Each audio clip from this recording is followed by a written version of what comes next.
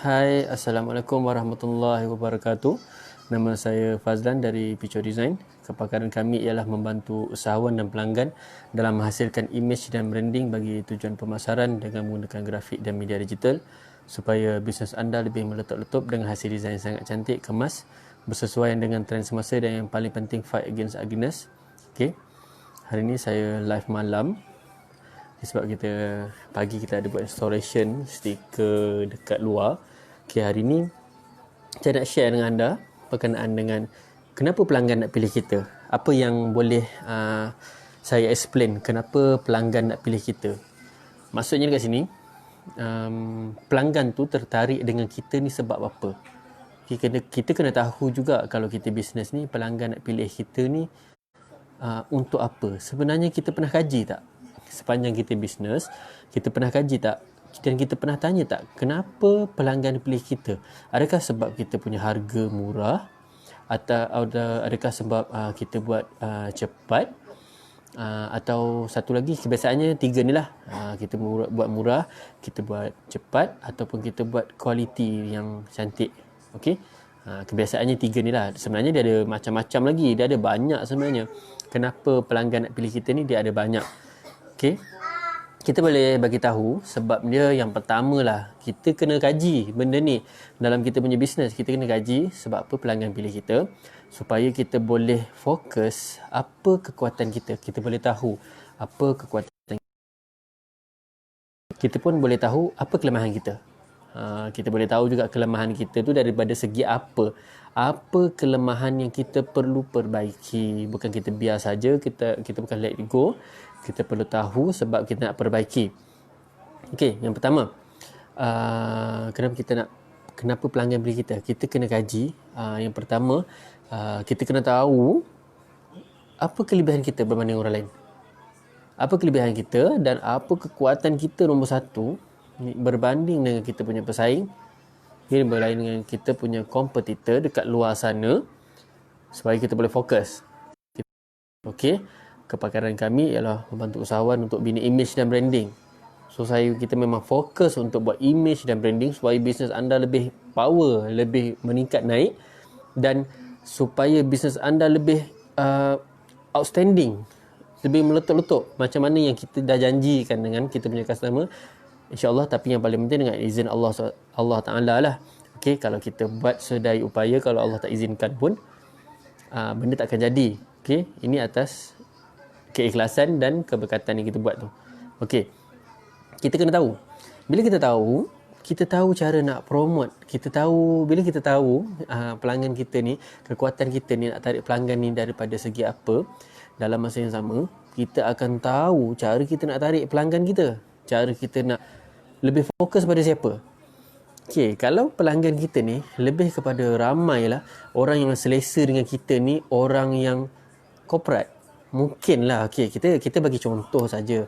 Okay, mungkin orang yang corporate, jadi kita lebih target trafik kita lebih kepada sana. Lebih kepada sana sebab majoriti, mungkin 80% daripada berapa orang tu adalah orang corporate. Mungkin cara kita lebih corporate layan orang. Okey, orang lebih selesa dengan cara macam tu. Jadi kita dah tahu target market kita lebih kepada mana. Bukannya kita nak biarkan customer lain tu, tak. Kita dah ada punya rating sendiri dalam pemilihan customer tu. Kita dah ada sendiri. Okey, kita tak nak biarkan, tapi kita nak improve. Okey, kita nak fokus. Sekarang ni saya cerita pasal fokus. 80% tu orang dia yang macam mana. Kita fokus. Sebab tu kita tahu macam mana sebab tu saya cakap kita nak tahu pelanggan kita macam mana. Okey, jadi bila kita dah fokus dalam masa yang sama, kita dapat kaji kelemahan kita. Kenapa orang tak datang? Kenapa orang yang jenis-jenis yang type orang macam ni, yang jenis orang macam ni tak datang, jenis orang yang macam ni yang datang dekat company kita. Kita nampak kat situ apa bezanya. Kenapa orang-orang yang macam ni dia suka datang dekat company lain? So maksudnya company lain dia sajikan benda yang berbeza. Okey, value yang kita bagikan pada customer adalah berbeza.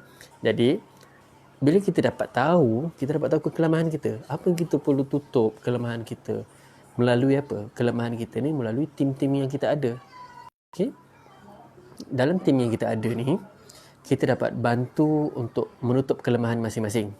Okey, menutup kelemahan masing dan memperbaiki apa yang perlu. Jadi bila kita dah baiki, kita boleh tarik lebih ramai pelanggan dengan cara yang betul. Okey, nampak tak? Sebab tu kita perlu tahu siapa kita punya pelanggan.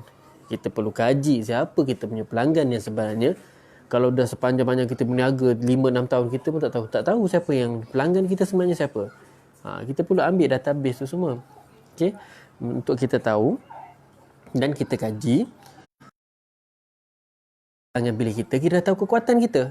Okey, kita sebenarnya kadang-kadang kita pada awalnya businessman ni kita dah fokus apa yang kita buat, kita dah fokus apa yang kita nak buat, advertising ke, kita lebih kepada logo design, kita dah fokus. Tapi bila kita gaji balik setahun tu, orang datang kedai kita tu bukan nak buat logo, dia lebih suka untuk buat baju dengan kita. Maksudnya kita ada something value pada penghasilan baju tu yang orang suka. Okey, nampak tak? Ni try and error. Try and error tu sangat penting. Yang paling teruk saja kita tak pernah try. Okey, try and error memang sangat penting dalam kita punya business. Kalau kita tak try, kita tak tahu hasilnya macam mana. Bila kita dah dapat hasil, baru kita rasa macam happy dan rasa macam, wah, betul lah benda macam ni sebenarnya berjaya. Boleh naikkan sale, boleh naikkan level business kita. So, yang paling penting kita try and error. Kita try and error bidang kita lah. Saya bukannya cakap try and error, kita buat grafik, tiba-tiba kita pergi jual aiskrim. Saya tak cakap macam tu.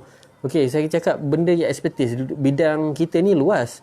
Jadi kita kena luaskan lagi skop kita. Kita cari kekuatan kita. Waktu tu lah kita cari. Try and error adalah satu cara untuk kita cari kekuatan dalam diri kita. Kekuatan dalam company kita. Kekuatan dalam servis yang kita bagi pada kita punya klien. Pada kita punya customer. Okey? Sebab tu try and error. Bila melalui try and error, maka akan tahulah dekat situ yang mana lebih, yang mana kurang. Yang paling teruk tak try langsung. Itu yang paling teruk adalah tak try langsung. Kita selalu assume dalam perniagaan ni, kan? Kita selalulah, saya pun dulu skeptical juga benda-benda macam ni. Selalu fikir, tak nak lah. Tak ada orang suka lah kalau kita buat macam ni. Sebab apa? Sebab fikiran kita dah stuck dekat situ dan kita selalu fikir tak boleh punya.